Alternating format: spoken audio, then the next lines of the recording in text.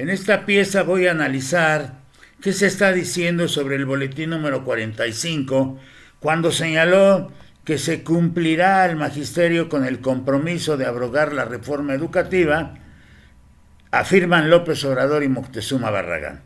Pues bien, he tenido que hacer un repaso por esta página donde el énfasis de la iniciativa presidencial se basa en el principio de equidad, así lo señala Esteban Moctezuma Barragán.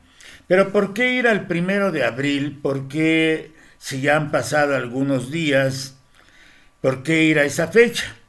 Bueno, hay que ir a esa fecha porque ahora se convierte en una fecha intermedia.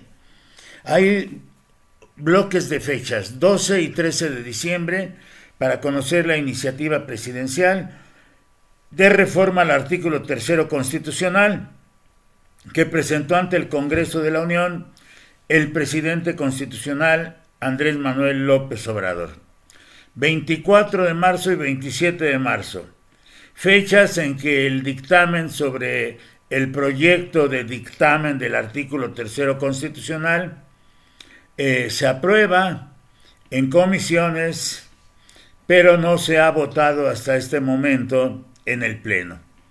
Por eso lo que explica el titular de la Secretaría de Educación Pública, cuando aquel día 1 de abril hace las diferencias del proyecto educativo de la Cuarta Transformación con la reforma anterior, nos llama la atención porque se han venido dando una serie de hechos de orden político educativo, como lo que dice el presidente la semana pasada, en el sentido de que si no hay negociación, se queda la reforma peñista. Pero luego ajustan, se queda la reforma anterior a la reforma anterior, es decir, a la punitiva. Perdón por el juego de palabras, pero entonces estaríamos hablando de una reforma integral para la educación básica, si ese fuese el caso. Pensemos, como dicen algunos maestros, que regresamos a la reforma peñista porque no hay negociación. Imaginan ustedes un examen, esos exámenes de evaluación, con temas de los aprendizajes clave, ¿sí? Reafirmando la reforma punitiva. Entonces, el presidente de la República y el titular de la Secretaría de Educación Pública, Esteban Moctezuma Barragán, afirmaron que se cumplirá el compromiso de abrogar la reforma educativa anterior y que los cambios al artículo 3 constitucional y otros ordenamientos legales garantizan el acceso de los mexicanos a la educación pública. Vayamos en es decir, lo manifestado el día 1 de abril en el comunicado 45, abrogar la reforma educativa anterior, ¿sí? Y tendría que aprobarse el artículo 3 constitucional en ese dictamen aprobado ya en comisiones, pero ahora tendría que aprobarse en el Pleno.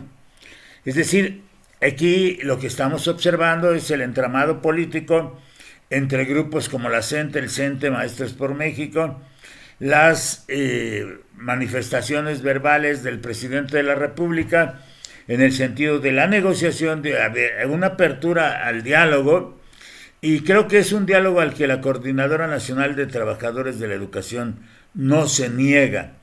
Y no se niega porque han escuchado constantemente el discurso de Moctezuma Barragán, la propia coordinadora lo escuchó en los foros de septiembre y octubre, ¿sí? Foros en los que dice el Comité Ejecutivo del Sindicato Nacional de Trabajadores de la Educación que ellos participaron activamente, y lo que dice el comunicado 45 es que el presidente de la República y el secretario de Educación rechazaron que la propuesta educativa de la Cuarta Transformación mantenga conceptos de la reforma de 2013.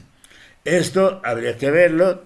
Yo he señalado que ahí está la evaluación, que la evaluación no tenía por qué quedar ahí en la redacción del artículo 3 constitucional, y lo que hacen es explicar en comparación con la anterior, en esta, o sea, en la reforma obradorista, se reconoce el derecho a la educación en todos los niveles educativos y por ningún motivo será impuesta a la fuerza.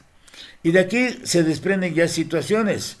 Por ejemplo, el diálogo, como dice el presidente de la República, siempre habrá un diálogo circular con un derecho de réplica que puede tener el gobierno de la República. A veces se ha comentado, ya también en estos días, en las fechas que estamos señalando, se ha comentado que no se va a hacer una reforma hecha más que al tamaño de los niños y de las niñas, estará diseñada para ellos. Y ahí vienen muchos problemas. Por ejemplo, vienen problemas como de aprendizaje, el concepto de aprendizaje, qué tendrán que aprender nuestras niñas y nuestros niños, porque eso de seguir aprendiendo a aprender ya estuvo bien. O sea, hay que aprender realmente, no aprender a aprender. Hay que aprender bien. Y para aprender bien se requieren aprendizajes puntuales.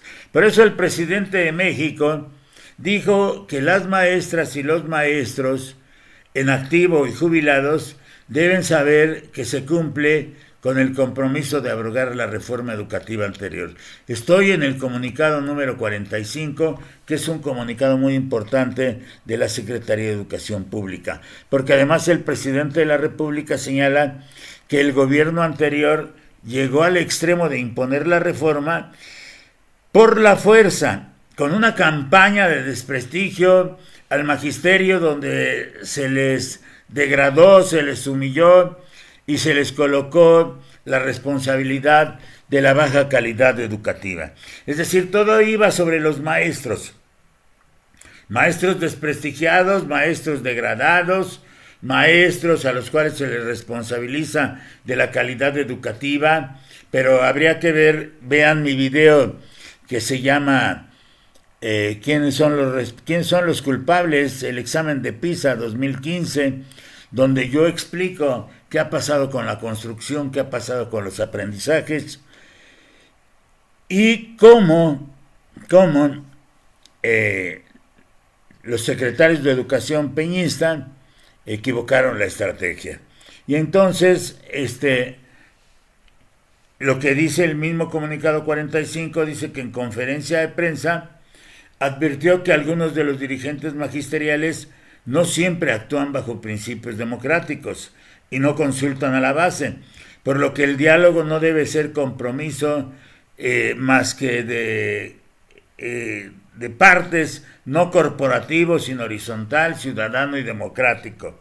Y esta parte también es muy importante porque aquí es donde se pronunció en algún momento que no se iba a hacer una reforma al tamaño o al modelo o a la exigencia de la coordinadora. Debe de haber un diálogo y pues también está la parte política. Ya el domingo pasado, que fue 7 de abril, el Bester Gordillo realmente aparece ya como dirigente en activo.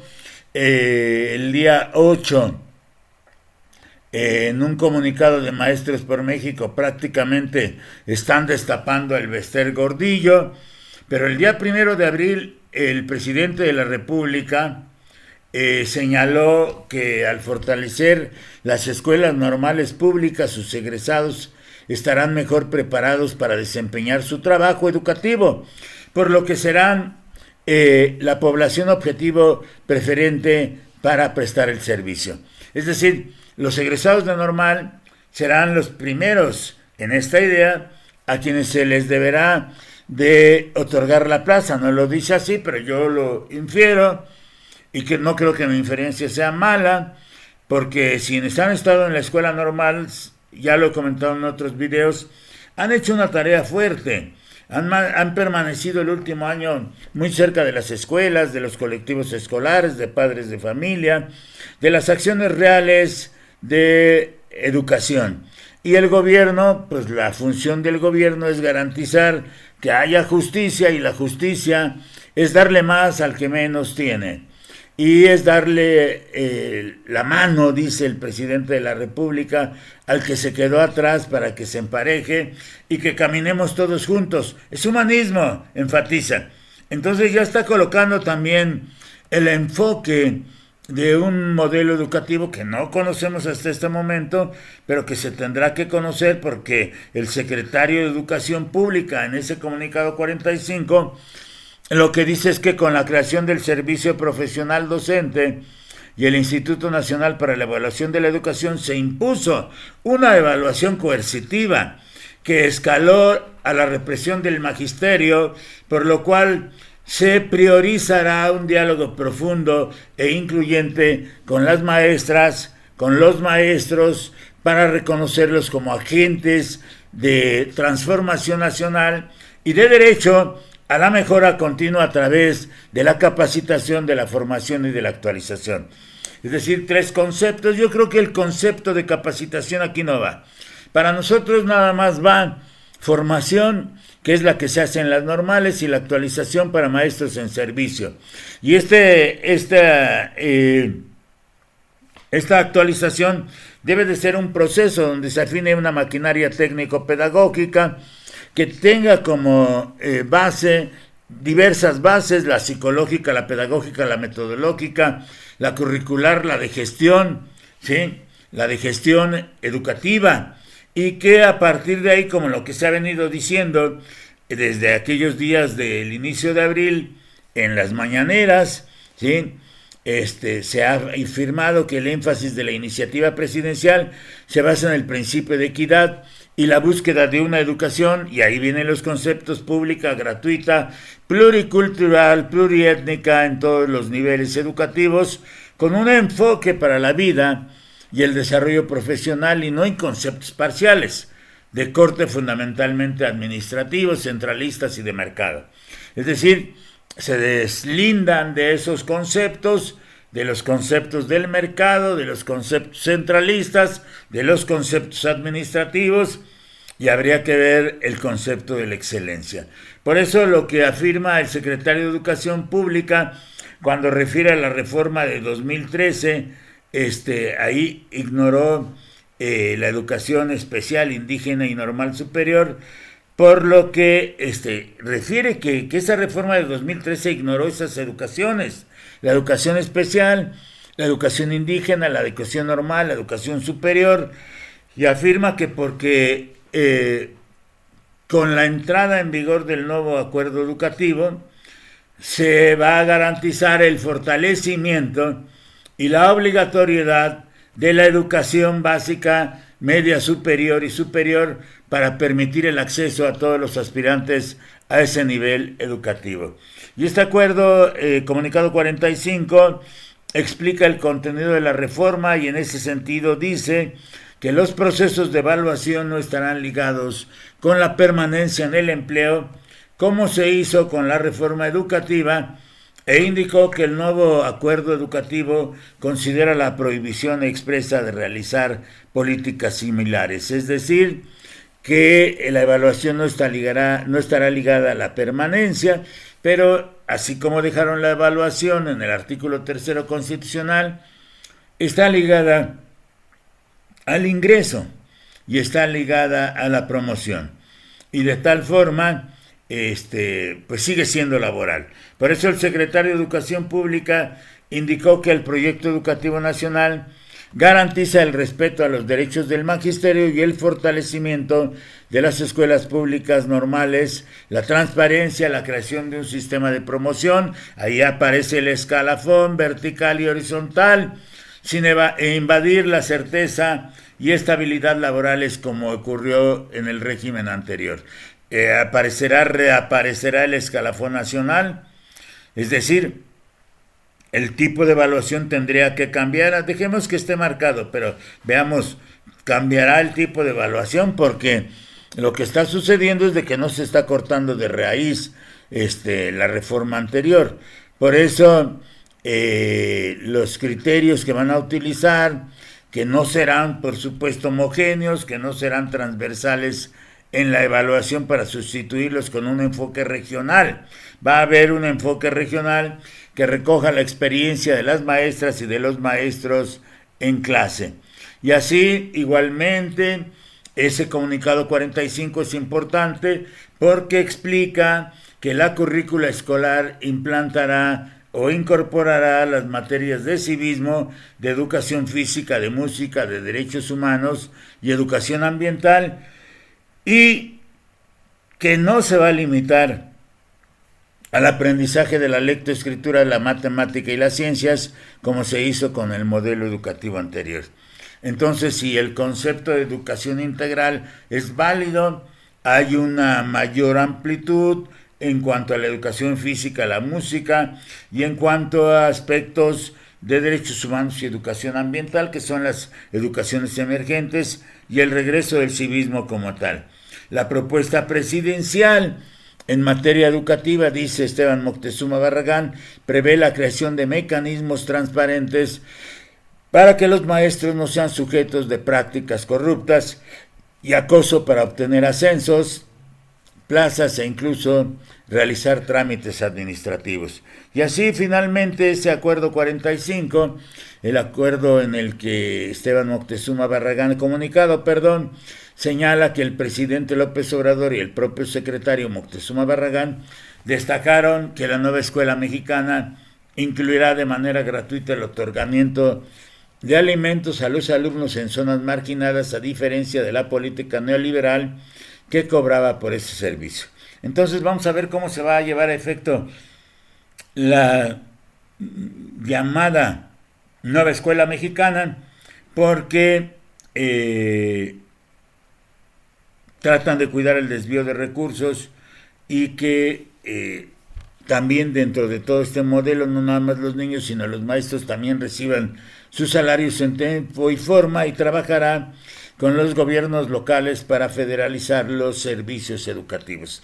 Esta es la idea de ese comunicado 45 del 1 de abril, que es un comunicado que está entre dos situaciones. Una, la llegada de el planteamiento de la reforma educativa de Andrés Manuel López Obrador al Congreso de la Unión, el dictamen que se obtiene por parte de las comisiones de puntos constitucionales y educación pública, y posterior a ese comunicado 45, la situación en la que se ha caído, donde no se aprueba la reforma en el artículo 3 constitucional, y surgen los grupos políticos ya más elaborados, más firmes, se abren entonces a esto que está sucediendo en educación. Maestros, soy Manuel Quiles Cruz, les agradezco mucho su atención y estoy para servirles. Muchas gracias, maestros, muy amables, hasta luego.